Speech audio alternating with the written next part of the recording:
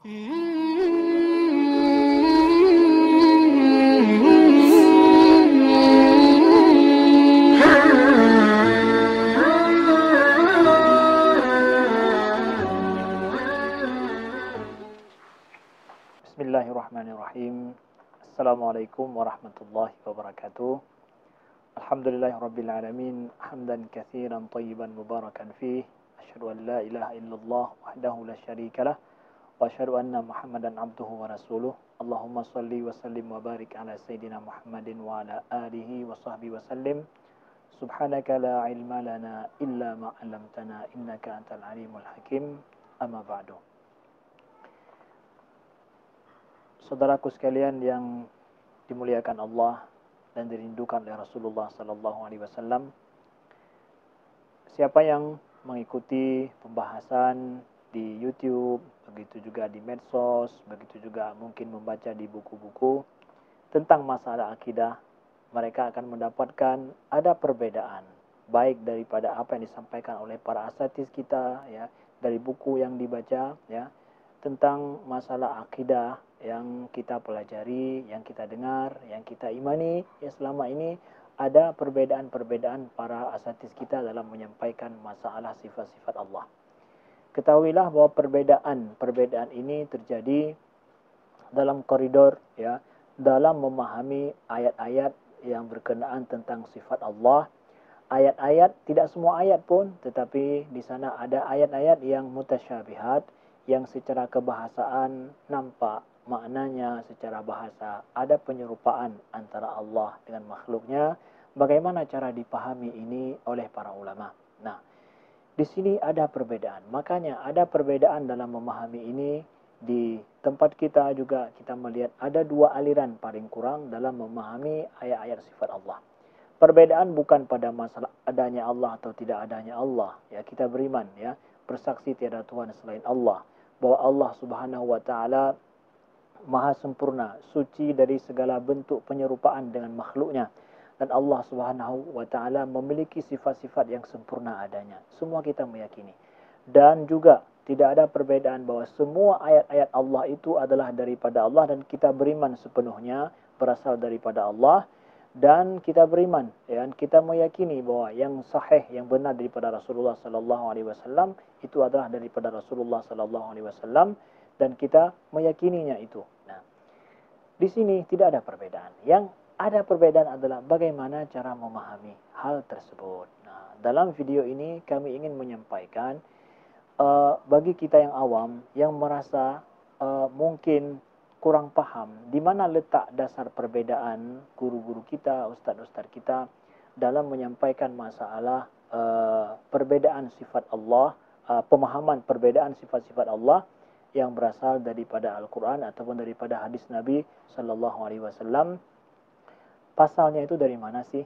Nah, pasalnya itu dari mana? Nah, kalau boleh dengan ilmu kami yang sedikit, kami ingin menyampaikan, kami ingin memberi sedikit ya, pendapat ya, daripada para ulama juga, dari apa sedikit yang kami tahu. Dalam hal ini ada dua perbedaan pendapat, ada dua aliran yang sudah sampai kepada kita saat ini. Nah, aliran yang pertama adalah ya, letak perbedaan yang terjadi selama ini itu adalah pada penentuan bagaimana sikap para salafus soleh ya dalam mengetahui ayat-ayat sifat. Bagaimana sikap para salafus soleh? Nah, semua mengatakan bahwa ahli sunnah wal jamaah itu yang selamat. Kemudian semua meyakini bahwa sikap para salafus soleh itu yang paling aslam. Jadi para salaf itu paling aslam. Nah, perbedaan letaknya adalah pada titik para salafus soleh tersebut. Nah, bagaimana mereka memahami ayat-ayat sifat ini? Yang pada masa mereka saat itu, ayat-ayat sifat ini juga telah dibahas oleh sekte-sekte yang banyak, sekte-sekte yang berbeda. Ada para murjiah, ada kemudian ada orang-orang syiah dengan sekte mereka yang banyak juga. Kemudian orang mu'tazilah, qadariyah, jahmiyah, semuanya itu pada masa para salafus soleh 3 kurun yang pertama. Ya, bahkan 2 kurun yang pertama. Itu sudah ada sekte-sekte perbedaan pendapat dalam masalah akidah. Para salafus soleh, mereka apa pendapat mereka. Bagaimana mereka menentukan makna akidah yang berkenaan tentang masalah ayat-ayat sifat dalam Al-Quran. Begitu juga hadis-hadis sifat yang disebutkan oleh Rasulullah sallallahu alaihi wasallam yang diriwayatkan oleh para ulama yang thiqah dalam hal ini. Nah, di sini letak perbedaan dalam menentukan mauqif sikap para salafus saleh dalam masalah ayat-ayat sifat dan hadis-hadis sifat tersebut. Setidaknya ada dua aliran yang sampai pada kita hari ini, artinya dua sudut pandang, dua macam pendapat dalam hal ini. Pendapat yang pertama menyatakan bahawa para ulama salaf tersebut mengenai tentang ayat-ayat sifat ini dalam Al-Quran, ini adalah ayat-ayat yang mutasyabihat. Yang mutasyabihat tersebut berbeda dengan ayat-ayat yang muhkamat, yang langsung bisa diketahui maknanya. Sedangkan ayat-ayat yang mutasyabihat di sini ada masalah makna ayat-ayat tersebut itu dikembalikan kepada Allah Subhanahu wa taala, hanya Allah yang mengetahui maknanya, dan Rasulullah sallallahu alaihi wasallam mengetahui maknanya. Bukan berarti para ulama tidak tahu, tetapi mereka tidak membahas ayat ini, tapi sikap mereka memulangkan ayat ini kepada Allah, makna tersebut. Mereka beriman daripada Allah ayat tersebut, mereka beriman daripada hadis bahwa itu hadis Nabi, tapi maknanya dipulangkan kepada Allah Subhanahu wa taala sebagaimana diinginkan oleh Allah Subhanahu wa taala. Mereka tidak menafsirkan ayat ini. Mereka tidak berbicara masalah ayat-ayat yang mutasyabihat seperti itu. Seperti apa aja ayat-ayat yang mutasyabihat itu? Seperti yadullah fawqa aydihim, kemudian hadis nuzul dan yang lain-lain yang mungkin banyak yang dibahas selama ini, ayat-ayat yang mutasyabihat tersebut. Menurut pendapat yang pertama adalah ayat-ayat tersebut itu ditafwidkan kepada Allah Subhanahu wa taala maknanya, Para ulama salaf tidak menafsirkannya. Ini pendapat yang pertama. Pendapat yang kedua menyatakan bahawa para ulama salaf dulu, mereka menafsirkan ayat ini dan mereka mengetahui maknanya. Dan mereka membahas ayat-ayat ini, tetapi kemudian dikatakan dipulangkan, artinya bila kaif, tanpa ada bagaimananya. Mereka tahu artinya, mereka membahas maknanya secara apa? Secara kebahasaan, lalu kemudian selanjutnya dikatakan bila kaif, tanpa mempertanyakan bagaimananya. Nah, ini aliran yang kedua secara singkat. Aliran yang pertama ini adalah yang kita katakan di awal, ini adalah sikap daripada atau wijhatun nazar, pandangan daripada ulama Asy'ariyah, pengikut Imam Abu Hasan Al-Asy'ari dari dulu sampai hari ini, dan juga Imam Abu Mansur Al-Maturidi. Sedangkan yang kedua adalah, ini adalah sudut pandang daripada, kalau yang paling terkenal adalah daripada Syekhul Islam Imam Ibn Taymiyah, dan mungkin Imam Az-Zahabi, dan sebelumnya juga Imam Ibn Khuzaimah dan yang lain. Setidaknya ini adalah satu aliran, sampai juga Imam Muhammad bin Abdul Wahab, itu satu aliran. Nah, jadi letak perbedaan intinya antara dua aliran ini apa? Dalam memahami manhaj salaf atau para salaf dulu, letak perbedaannya adalah mereka menyatakan kalau aliran yang pertama, yaitu daripada Asy'ariyah, ulama-ulama Asy'ariyah, ulama Ahlus Sunnah, Asy'ariyah, dan juga mengikut Abu Mansur Al-Maturidi, mereka menyatakan bahawa para ulama salaf mereka meyakini bahawa ayat-ayat itu berasal daripada Allah, dan hadis Nabi SAW yang sahih dalam hal ini, mereka secara bahasa tahu artinya, tetapi mereka tidak membahasnya. Tetapi mereka lam yata'arradu li ma'na, tidak mencari-cari maknanya, karena secara bahasa diketahui, tapi tidak bisa dikatakan itu adalah sifat Allah secara kebahasaan. Tapi dari sejak awal itu dipulangkan kepada Allah Subhanahu wa taala, ditafwidkan maknanya, bukan dipulangkan ayatnya, maknanya. Kita imani ayat itu daripada Allah, sebagaimana Allah firmankan, tapi dipulangkan maknanya itu kepada Allah sebagaimana yang Allah kehendaki. Itulah makna tafwid. Jadi menurut Ahlussunnah wal Jamaah daripada Asy'ariyah dan Maturidiyah, inilah mauqif para salaf.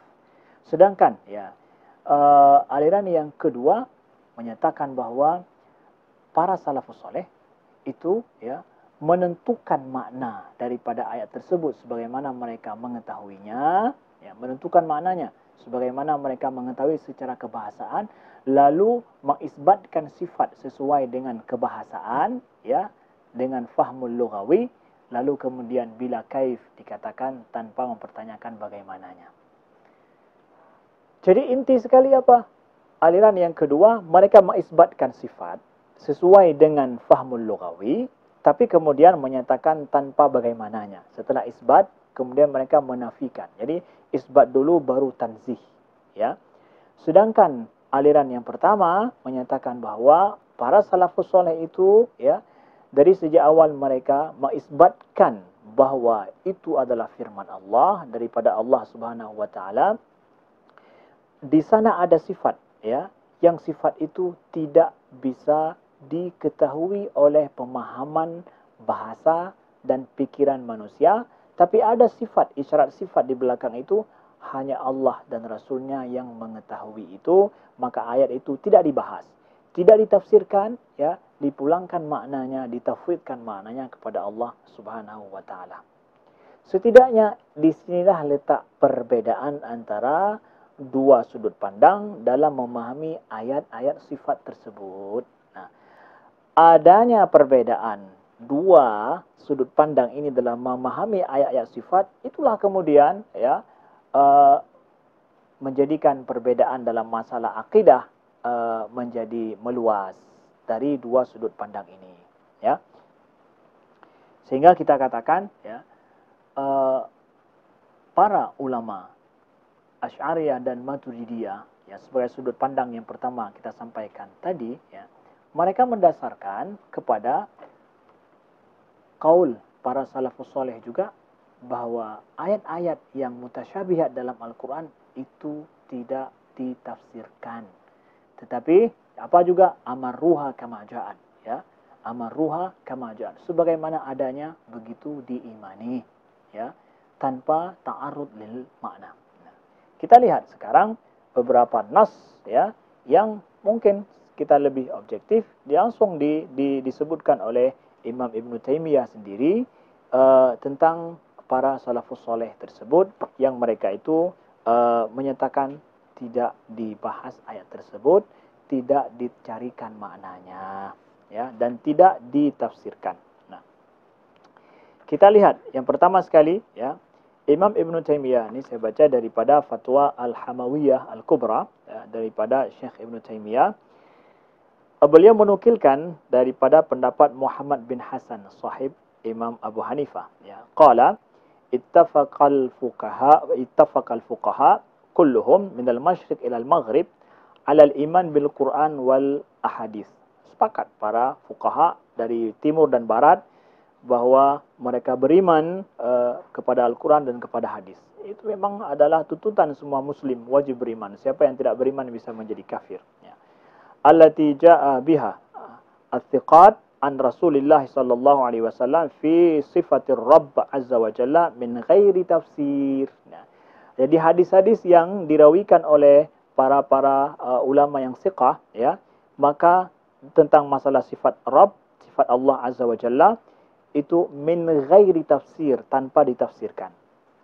Wala wasfin wala tashwih, tidak boleh ada penyerupaan pemahaman tentang sifat Allah dari hadis-hadis tersebut, ayat-ayat tersebut, tidak boleh ada dalam waham kita penyerupaan Allah dengan makhluknya.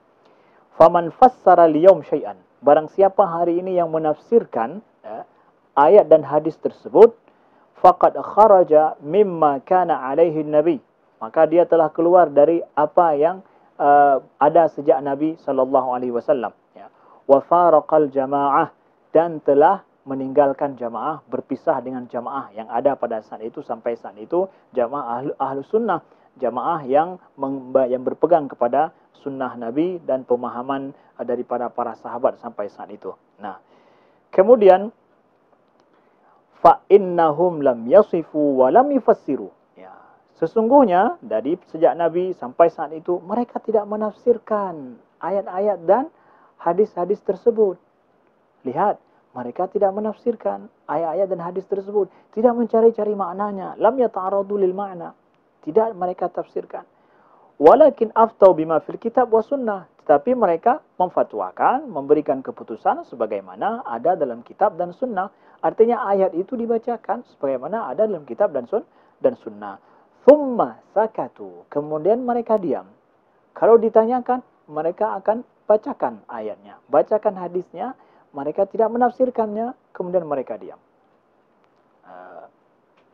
Dalam kitab ini, itu adalah halaman 34. Ya. Kemudian Imam Ibn Taimiyah ya, melihat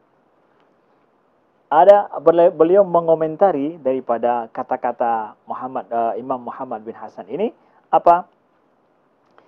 Min ghairi tafsir. Ya, perkataan beliau tadi min ghairi tafsir. Beliau mengomentari apa? Arada bihi tafsir al-Jahmiyah al-Mu'attilah. Nah, beliau mengomentari bahwa maknanya mereka tidak menafsirkan dulu, artinya apa? Tidak menafsirkan dengan tafsiran al-Jahmiyah wal Mu'attilah.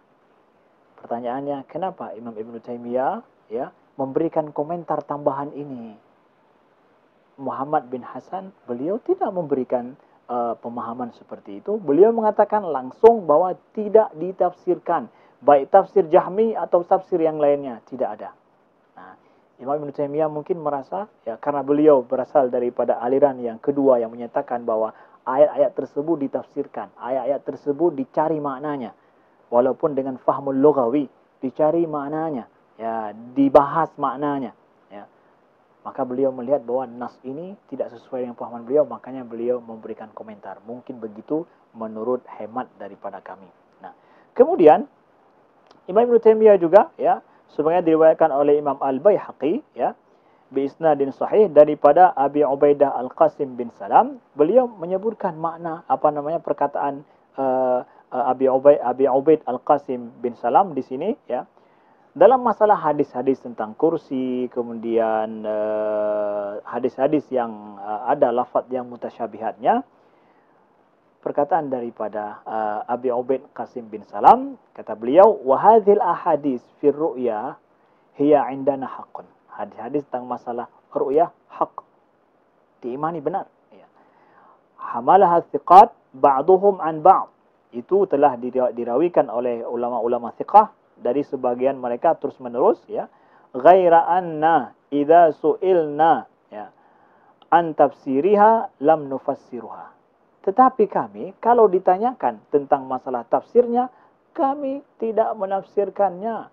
Wa ma adrakna ahadan yufassiruha, dan kami tidak mengetahui atau kami tidak menjumpai seorang pun yang menafsirkannya.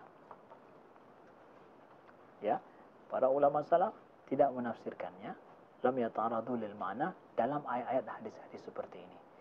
Bayangkan bagaimana kita mendengarkan para asatis ataupun sebahagian yang mencoba untuk mencari makna-makna di belakang daripada hadis-hadis ini, ayat-ayat seperti ini. Ya. Di sini juga kita dapatkan Imam Ibn Taimiyah mengomentari, karena ini kita ambil dari kitab beliau langsung. Beliau mengomentari apa? Yani mereka tidak menafsirkan, apa artinya? Tafsir Jahmiyah juga. Nah, jadi beliau memberikan komentar tafsir Jahmiyah juga. Artinya bahwa beliau sendiri merasakan dan melihat menurut hemat kami yang jahil ini, bahwa beliau di sini juga mendapatkan ya bahwa kata-kata tidak menafsirkan ini itu enggak sesuai dengan pendapat yang beliau usung, yaitu para ulama salaf menafsirkan, para ulama salaf membahas maknanya ya, bahkan cari-cari dalil untuk masalah ini ya. Para ulama salaf tidak membahas, tidak menafsirkan. Makanya beliau membuat komentar seperti itu. Tapi jujur, asli kata daripada Imam Abi Ubaid Al-Qasim bin Salam ini, beliau tidak menyatakan tafsir Jahmi atau tafsir yang lain. Pokoknya tidak menafsirkan. Kemudian beliau tidak pernah jumpa satu orang pun yang menafsirkan ayat-ayat dan hadis-hadis tersebut. Itu jujurnya. Ya. Dan kita jujurnya mengatakan bahwa ya, tidak ditafsirkan. Nah, kemudian kita lihat pada Lum'atul I'tiqad daripada karangan Imam Ibnu Qudamah, ya, beliau juga menukilkan beberapa pendapat hal ini tentang bahwa para ulama salaf itu tidak mencari-cari makna, ya, tidak menafsirkan ayat-ayat dan hadis-hadis yang mutasyabihat tersebut. Kita lihat langsung pendapat beliau dalam hal ini. Wa kullu ma jaa fil Qur'an aw sahha 'anil Mustafa min sifatir Rahman wajaba al-imanu bihi wa talaqqihi bit taslim wal qabul. وترك التعارض له بالرد والتأويل والتشبيه والتمثيل وما أشكل من ذلك وجب إثباته لفظا وترك التعارض لمعناه ونرد علمه إلى قائله. Kata Imam Ibnu Qudamah dalam hal ini, semua yang datang dari dalam Al-Quran yang sahih daripada Al-Mustafa tentang sifat Ar-Rahman, wajib kita mengimaninya dan kita menerimanya, ya, dengan baik, ya. Wa tarkut ta'arud lahu birrad wa ta'wil, dan meninggalkan segala upaya untuk, ya, menolaknya, membantahnya atau mentakwilkannya atau memahami dengan bentuk penyerupaan dan tamtsil, ya. Wa ma uskila min dzalika, dan apa yang ada iskal, ada permasalahan pemahaman di belakang itu, wajaba isbatuhu lafzan, harus diisbatkan secara lafaznya. Sudah begitu. Misalkan tentang masalah istawa itu apa? Kan iskal itu. Isbatkan lafzan, ya. Alal arsy istawa. Iskal di situ, maka isbatkan lafzan. Ya, ini sedikit tambahan daripada saya, bukan kata-kata daripada Imam Ibnu Qudamah, ya, secara insaf, ya. Kemudian Imam Ibnu Qudamah mengatakan wa tarkut ta'arud li ma'nahu, dan tidak ta'arud li ma'nahu, tidak membahas maknanya. Saudaraku sekalian, Imam Ibnu Qudamah berarti menyatakan bahwa ada iskal dalam memahami ayat-ayat tertentu, ada iskal dalam memahami hadis-hadis tertentu. Wa ma uskila, dalam hal ini itu ditinggalkan, tidak dibahas maknanya. Kemudian juga tidak tidak mencari dan mengisbatkan secara lafaz, tidak mencari-cari. Nah, begitu, ya. Wa naruddu ilmahu ila qaili. Ilmunya itu kita kembalikan kepada yang mengatakannya. Allah mengatakannya, memfirmankannya, Allah lebih tahu pada maknanya. Nabi yang bersabda, hadis ini sahih, naruddu ila qaili. Kita kembalikan kepada yang menyatakannya. Menurut pendapat aliran yang pertama, ini adalah mauqif para salafus soleh yang disebut oleh aliran yang pertama, ya, yaitu inilah mauqif tafwid, ya, serahkan itu semua kepada Allah, serahkan maknanya kepada Rasulullah, tidak kita bahas-bahas masalah itu, apalagi mencari-cari mengarang kitab untuk membuat sebuah makna yang harus dipahami. Tarkut ta'arud li ma'nahu. Nah, di sini kitab Lum'atul I'tiqad ini itu disyarah oleh Syekh Salih bin Abdul Aziz bin Muhammad Al-Syekh. Beliau mensyarah, dan dalam syarahan beliau, ya, beliau mengetahui bahwa kata-kata Imam Ibnu Qudamah, ya, dalam masalah tauhid asma dan sifat tadi itu, ya, beliau mengatakan bahwa wa wajhul intiqad alladhi untuqida bil Imam Ibnu Qudamah fi hadhil lafza annahu yajib iman bil lafz, ya. Ya, jadi wajib iman bil lafz itu menjadi topik yang dikritisi oleh beliau, ya. Karena Imam Ibnu Qudamah menyatakan bahwa wajib iman bil lafzan, secara lafaznya diimani. Udah begitu. Kita seorang muslim dalam ayat-ayat yang mutasyabihat, imani secara lafaznya itu berasal daripada Allah, itu disabdakan oleh Nabi SAW, tidak membahas-bahas maknanya. Apa sih maknanya? Tidak dibahas. Tafwid. Nah, karena beliau melihat bahwa ini tidak sesuai dengan aliran pendapat yang mungkin beliau mengusungnya, maka syarih kitab ini mengatakan ini adalah bagian yang diintiqad, ya, yang dikritisi daripada pendapat Imam Ibnu Qudamah. Kenapa dikritisi? Memang begitu sudah pendapat beliau, ya. Wa hadzal lafdh alladhi dzakarahu fi qawli wajib al-iman bi lafdhan mimman tuqida 'ala al-imam Muwaffiquddin bin Qudamah. Nah, itu kata daripada syarihnya. Menunjukkan bahwa syarih ini juga, ya, tidak melihat bahwa ada yang tidak sesuai dengan pendapat beliau, pendapat Ibnu Qudamah. Kita mengatakan, ya, pendapat para salafus soleh, ya, seperti yang dikatakan oleh Imam Ibnu Qudamah tanpa kita mengkritisi beliau. Kemudian, ya, dalam masalah kalam a'immatus salaf fi sifat, ya, Imam Ibnu Qudamah juga di sini dalam kitab Lum'atul I'tiqad, beliau juga, ya, menukilkan pendapat daripada Imam Ahmad bin Hanbal, ya, fi qaulin Nabi, "Inna Allah yanzilu ila sama'i dunya wa inna Allah yura fil qiyamah wa ma ashbaha hadhil ahadits nu'minu biha wa nusaddiqu biha la kaifa wa la ma'na wa la naruddu syai'an minha wa na'lamu anna ma ja'a bihi ar-rasul haqqun wa la naruddu ala Rasulillah sallallahu alaihi wasallam wa la nasifu Allah bi aktsari mimma wasafa bihi nafsahu bila haddin wa la ghayatin laisa kamitsli syai'un wa huwas samiul basir." Nah, hadis-hadis dalam masalah nuzul, kemudian hadis-hadis tentang masalah Allah itu bisa dilihat pada hari kiamat, kita beriman dengannya, kita meyakininya tanpa mempertanyakan bagaimana sih Allah itu dilihat, bagaimana sih Allah itu turun, ya. Wala makna. Nah, kata beliau wala makna. Jangan cari-cari makna di belakang daripada itu, ya. Wala narudu syai'an minha, dan kita tidak menolak, ya, hadis-hadis dan ayat-ayat yang datang dalam masalah seperti ini. Itu disebutkan oleh Imam Ibnu Qudamah dalam Lum'atul I'tiqad. Ini adalah mauqif para salaf menurut aliran pendapat yang pertama. Saudaraku sekalian, nah, masih kita melihat kepada dalil daripada pendapat yang pertama yang menyatakan bahwa para mauqif para salafus soleh itu adalah tidak membahas makna-makna di belakang daripada ayat-ayat yang mutasyabihat. Itulah yang disebut dengan mauqif tafwid, ya. Kita lihat daripada kitab Asma wa Sifat Imam Al-Baihaqi, ya. Masyhur, dia sudah diketahui kitab ini, ya. Beliau dalam halaman 347 beliau menyebutkan di sini pendapat daripada Sufyan bin Uyainah, yaqul kullu ma wasafallahu ta'ala min nafsihi fi kitabihi fatafsiruhu tilawatuhu wa sukutu alaihi.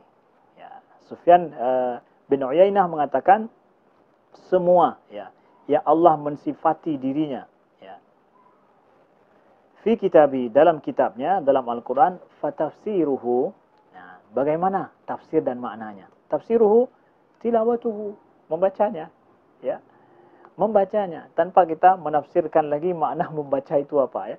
Tilawatuhu, kemudian wasukutu alaihi, ya, dan diam dengan bacaan itu, ya. Tidak mencari-cari maknanya, tidak mencari-cari bahwa ini apa artinya, kemudian mengisbatkan makna yang kita inginkan itu dengan berbagai ayat dan hadis yang banyak, apalagi mengarang sebuah kitab untuk sebuah makna yang kita inginkan dari sebuah ayat-ayat yang mutasyabihat tersebut. Nah, itu. Kemudian, ya, beliau sebutkan lagi, ya, ini adalah pendapat daripada Imam Al-Baihaqi sendiri. Qultu amal mutaqaddimuna min hadhil ummah فإنهم لم يفسروا ما كتبنا من الآيتين والأخبار في هذا الباب مع اعتقادهم بأجمعهم أن الله تبارك وتعالى واحد لا يجوز عليه التبعيض. Jadi kata Imam Al-Baihaqi bahwa mutaqaddimun min hadhil ummah, ini para salafus saleh, ya. فإنهم لم يفسروا, mereka tidak menafsirkan, ya. Mereka tidak menafsirkan tentang masalah ayat-ayat yang beliau sebutkan sebelum ini, ayat yang mutasyabihat. Begitu juga hadis-hadis dalam akhbar-akhbar dan datang dari dalam masalah ini, mereka tidak menafsirkan. Kata beliau siapa? Al-mutaqaddimun min hadhil ummah. Ya. Tafwid sepenuhnya. Menurut, ya, ulama Asy'ariyah, ya, pengikut Imam Abu Hasan al-Asy'ari dan al-Maturidi, inilah mauqif para salafus salih, ya. Mereka tafwid sepenuhnya. Inilah yang disebutkan oleh Imam Al-Laqani, yaitu salah seorang ulama besar pengikut daripada Imam Abu Hasan al-Asy'ari minal mutaakhirin, kullu nassin awhama tashbihan awwilhu aw fawwidhu warum tanzihan, ya. Kata beliau apa? Bahwa setiap nas yang ada tasbih di situ, ya, maka awwilhu, takwilkan, aw fawwidhu, atau tafwidkan, ya. Inilah tafwid yang kita sebutkan tadi. Tidak mencari maknanya, tidak menafsirkannya, ya, mengimani secara lafaznya daripada Allah Subhanahu wa taala, ya, wasukutu alaihi, dan sukut, diam, ya. Ya. Jadi, ya, warum tanzihan kata beliau, dan maksudkan di belakang itu adalah untuk mensucikan Allah dari segala bentuk penyerupaan. Jadi, dua metode takwil dan tafwid ini adalah metode daripada Ahlus Sunnah wal Jamaah, dari mutaqaddimin sampai mutaakhirin. Jadi jangan dipikir bahwa al-mutaakhirin mereka takwil saja. Enggak. Tafwid dan takwil itulah metode kedua-duanya daripada metode Asy'ariyah, Ahlus Sunnah wal Jamaah dalam hal berkenaan tentang masalah hadis-hadis sifat, ayat-ayat yang ayat-ayat tentang masalah ayat yang mutasyabihat. Kedua metode ini dari dulu sampai sekarang, ya, menjadi dua metode ini. Nah, kenapa juga mereka mentakwilkannya? Kalau dikatakan para ulama mutaakhirin mentakwilkannya, ya, takwil itu adalah ibaratkan obat, ya, ibaratkan obat. Kalau ada penyakit, maka obatnya disesuaikan dengan penyakit, ya. Kalau seandainya nanti ini, ya, tidak ada penyakit tasbih, tidak ada penyakit tajsim di kalangan masyarakat, maka tidak perlu kepada takwil, kembalikan kepada tafwid. Tidak perlu untuk dibahas, dicari-carikan maknanya. Cukup kita beriman dengan ayat-ayat yang seperti itu, hadis-hadis yang seperti itu, ya. Begitu adanya. Dan ini lebih aslah bagi masyarakat kita. Janganlah kita ajak para para awam di kalangan kita untuk menggembar-gemborkan masalah yang para ulama sudah dulu membahas, dan juga sudah ada terjadi khilaf dulu di kalangan para salaf sampai saat ini. Kok bisa begitu? Buktinya lihat bahwa Imam Malik sendiri ketika ditanyakan tentang masalah istiwa, itu ada yang nanya masalah istiwa. Dan hari ini istawa itu juga masalah yang dipermasalahkan bersama lagi, ya. Sudah ditanyakan dulu. Imam Malik itu mengatakan wasu'al anhu bid'ah. Nanya-nanyain itu bid'ah. Apalagi kalau membahasnya, itu lebih bid'ah lagi, ya. Jadi janganlah menimbulkan fitnah di kalangan awam kita. Jadi aslam dalam masalah ini adalah kita tidak ta'arud lil makna ayat-ayat yang mutasyabihat tersebut. Tinggalkanlah itu, dan kita semua beriman kepada Allah dan yang sahih daripada sunnah Nabi sallallahu alaihi wasallam. Setiap kita meyakini itu, maka janganlah dikatakan orang yang tidak ikut aliran kita atau tidak sependapat dengan kita berarti dia telah telah tidak beriman dengan sifat Allah, kemudian mereka sudah tidak beriman dengan ayat Allah. Tidak, ya. Kaum Asy'ariyah, para ulama Asy'ariyah, mereka beriman, ya. Mereka beriman dengan ayat itu. Beriman dengan ayat itu, ya. Mereka tidak membahas maknanya. Kok bisa? Inilah mauqif para salafus saleh menurut pendapat ini, ya. Jadi kami menyampaikan dalam hal ini adalah mauqif Asy'ariyah, mauqif pengikut ataupun al-Maturidiyah, begini mauqif mereka.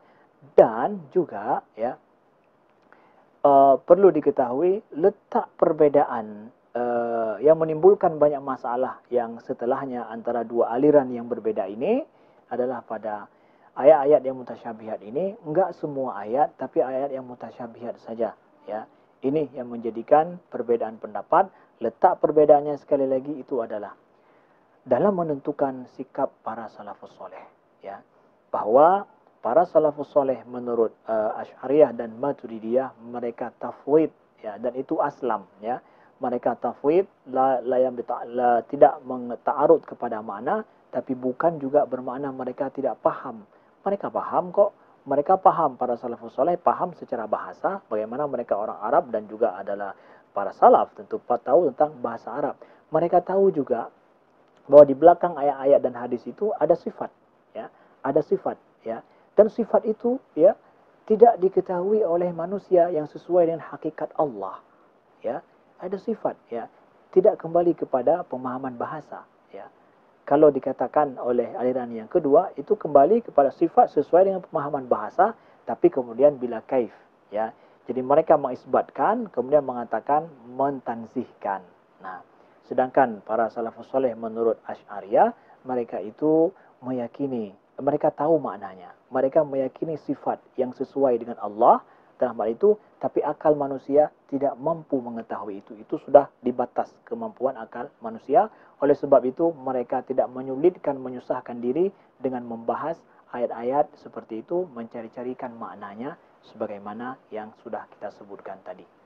Nah, itu dia yang disebut oleh Imam Malik juga, wal ajzu anil idrak, bahwa ketidakmampuan kita mengetahui dalam koridor yang seperti ini, ya, dalam koridor tafwid tadi, ayat-ayat yang membicarakan tentang sifat dan hakikat zat Allah, itu bentuk daripada idrak juga, bukan jahil, ya, bukan jahil para ulama salaf. Kita nggak boleh mengatakan mauqif mereka seperti itu, kita katakan mereka itu jahil. Tidak, mereka itu tidak dikatakan jahil, mereka paham, tapi mereka aslam dengan cara tidak mencari-cari makna, menggembar-gemburkan makna. Bahkan kalau ada orang yang menanyakan itu, bahkan dikatakan itu adalah bid'ah. Ya, kami mengajak, ya, kepada semua kita untuk, ya, ayat-ayat yang mutasyabihat seperti ini untuk tidak digembar-gemborkan, ya. Justru kita jaga iman para awam kita, ulama, apa namanya, orang-orang awam di kalangan kita, untuk mereka beriman, ya, kepada ayat-ayat ini, hadis-hadis ini, tanpa membahas-bahas, tanpa mencarikan tafsir-tafsirnya, dan kita kembalikan sebagaimana para ulama salaf dulu menyatakan demikian. Dan inilah ketidakmampuan kita mengetahui itu dalam masalah zat Allah bukanlah jahil, tapi itu adalah ajzu anil idrak, adalah idrakun juga, ya. Ketidakmampuan kita mengetahui itu juga pengetahuan di sisi zat Allah. Bayangkan kalau seandainya ada seekor lalat datang ke tempat kita ini, ya, mampu nggak lalat ini mengetahui apa yang ada dalam pikiran kita? Nggak mampu dia, ya. Lebih-lebih lagi Maha Suci Allah, ya.